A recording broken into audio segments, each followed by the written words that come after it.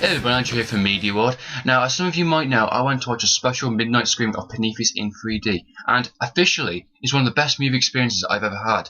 The atmosphere was so great. There was no screaming children, no screaming women. It was just a fantastic kind of feel to the actual cinema and watching the movie. As always, I'm going to be sharing my thoughts and opinions about the storyline, the characters, the genre, and also I'm going to be making a link into the original Alien movie. And in case you're wondering, yes, I have the Alien Anthology box sets. I'm up to scratch with my movies, and I am definitely a fan. So the storyline is about a team that discover key artifact paintings around the world, and with funding from the Whaling Company, set out to discover the origins of mankind, and which leads them to dark corners of the universe. And as a wise man once said, some questions are best left alone. These are images of archaeological digs all over the earth. Ancient civilizations that shared no contact, and yet the same pictogram in every last one. It's a star map. No, not a map. An invitation. Now, the storyline for me, I thought, was gripping, engaging, and deeply interesting from start to finish. It's hard to believe that the actual writers of this movie did the screenplay for The Darkest Hour, which is a film that had a lot of negative reviews, but I haven't seen it, so I can't really judge. But nonetheless, they did an amazing job with this script. I can imagine telling a story about the origins of our species, saying that God isn't real, or science isn't real, or knocking them both down, is going to be, a pretty hard job to do. Hello? Anybody home? Hey, think with fly. Their take upon the universe is really fantastic, and of course with the fantastic direction of Ridley Scott, coming back after 30 years from the original Alien, shows his amazing creative vision of the actual Alien universe. So detailed, with the special effects being so amazing, with big budget movies out there like Avatar. We can do this type of technology now, and it looks so amazing. The opening kind of shot when he looks up on the actual Earth and all that, and the outer space stuff looks really fantastic.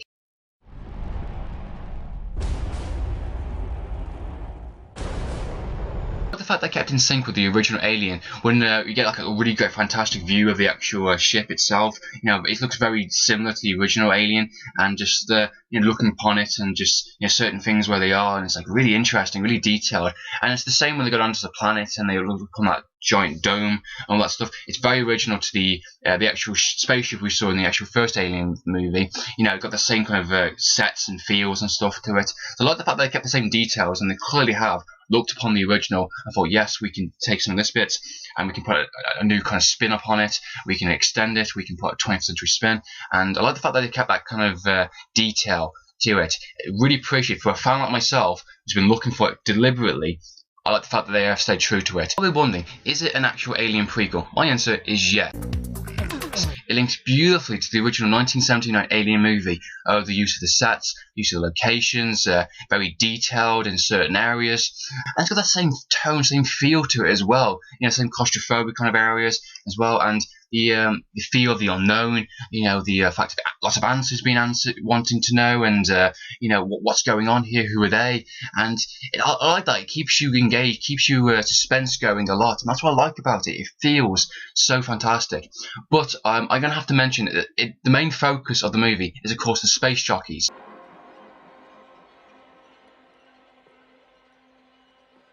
And it goes into a lot of detail and like who they are in a sense, and why they're here in a little bit. If you're expecting a full-blown action movie like Aliens, then you're going to be disappointed. This is more like the original, in my opinion, with telling the story in a certain way, focus on the characters, focus on the visuals, and it's so detailed, and a lot of ideas, a lot of interesting questions you want to know, and it focuses on, of course, the space jockeys and who they are, and it raises a lot of questions, and it questions your belief upon religion and science, and it kind of shows both of those point of views throughout the movie, and it kind of knocks one down, knocks one over down, knocks one up, knocks one up again. It's that type of feel to the movie. It kind of messes with both of them, and depending on who you are, you can absolutely love it or you can absolutely hate it, depending on what, depends on how strong your beliefs are in that kind of sense. But now, it's not trying to offend anyone along those lines. It's just giving some actual interesting ideas, interesting points. And like I said, the script, fucking amazing, really fantastic stuff. Of course, there is some questions never answered in the actual movie. So when you finish the actual movie and you're thinking, shit, they didn't answer all my questions I wanted to know, it's not meant to. Some of it is interpretation, some of it is left open for what you think, and I've got the feeling there's going to be a sequel maybe, judging from the ending I saw, and yeah, so they could continue it on. Answers for all the questions you've had for all the Alien movies, you might not get to hear. You'll get a lot from the original Alien movie and like, you know, who they are and all that type of stuff, but there is still a lot open to interpretation. So keep an open mind when you're watching the movie. The characters are simply brilliant, well acted from an amazing talented cast, and they have their own individual personalities, they have their own beliefs in the origins of mankind, and some don't believe it, some will give anything to find out the answers, you know, of where do we go after death, and why are we here, what is our purpose, kind of thing. And it's really fantastic to see that in each character and see their kind of take upon it. The main character, I think, of the movie, really, in a sense, is a character called Elizabeth Shaw. The actress who plays her is, of course, from the new Sherlock Holmes movie, Game of Shadows, and, of course, the original the girl Dragon 2.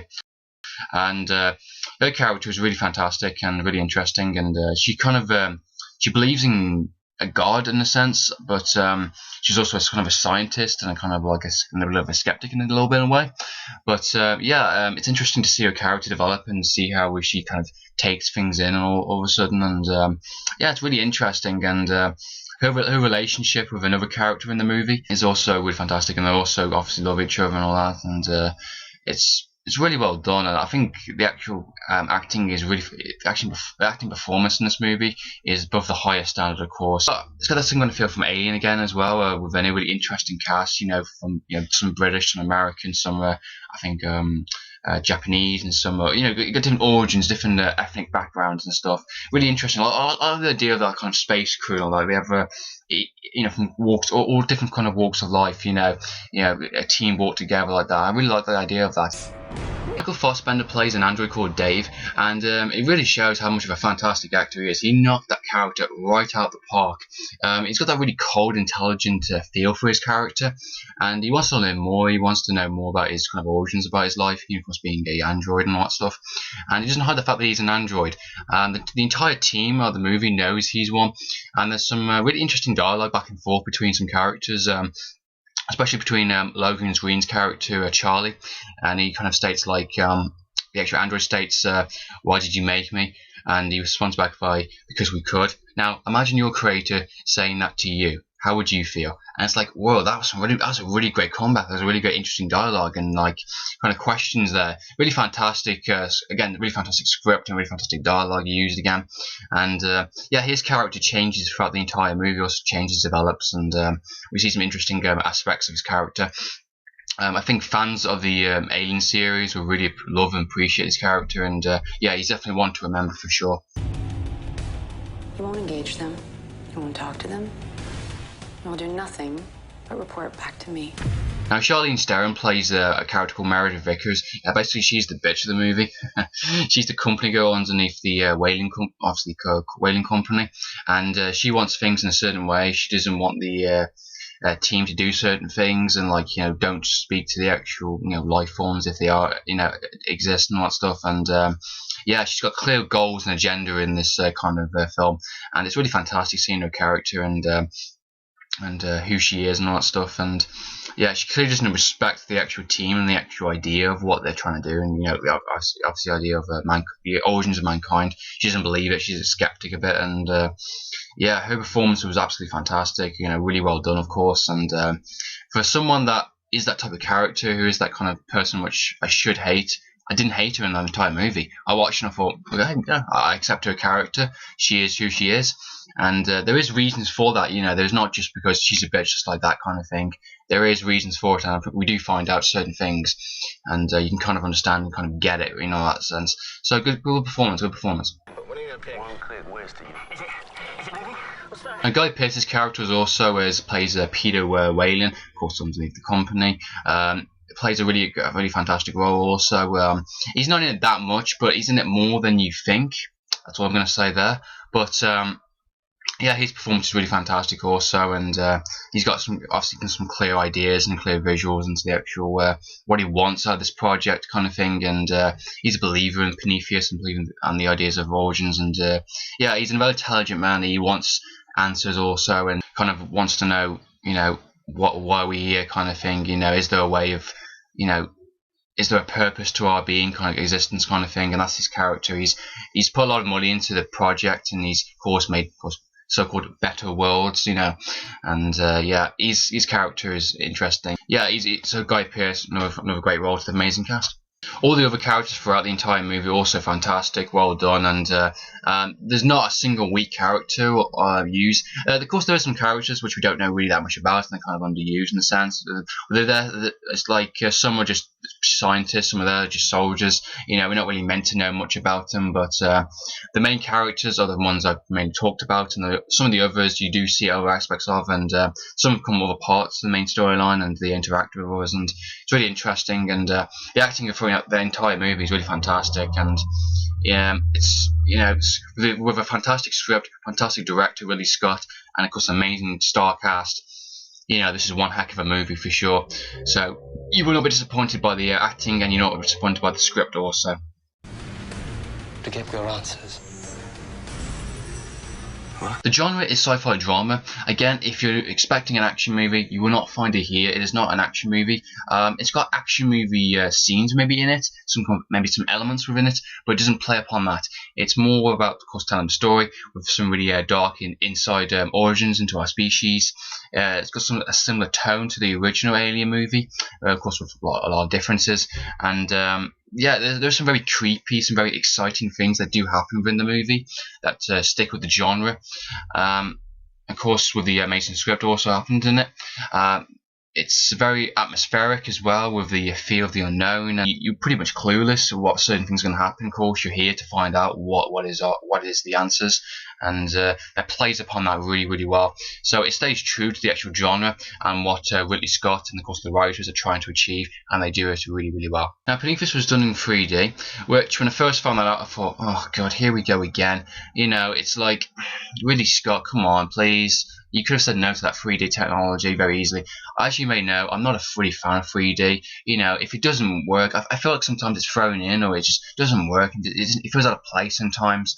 But yeah, the 3D for Prometheus though was really fantastic. I have to admit that. Thank God there is no 3D gimmicks. That's what annoys me about 3D the most. It's just 3D gimmicks, and it kind of focuses more upon that kind of side of it than the actual movie in most places. But the 3D really amplifies the visuals of the movies, especially the outer space and the special effects type scenes. The opening scene with the actual Earth and all that stuff, and the planets, and you really get that feel for it, and you get that extra layer on top, and really fantastic stuff. As I was watching, I think within half an hour of watching it, I completely forgot I was wearing the glasses. Once you get into it, and once you have the glasses on and you're into it and you're watching it, you forgot you even had the glasses on. And that doesn't happen very often. Sometimes it's like you're watching a movie, yes, I've still got the glasses on, and it's very, very annoying, and you're just like, it's irritating.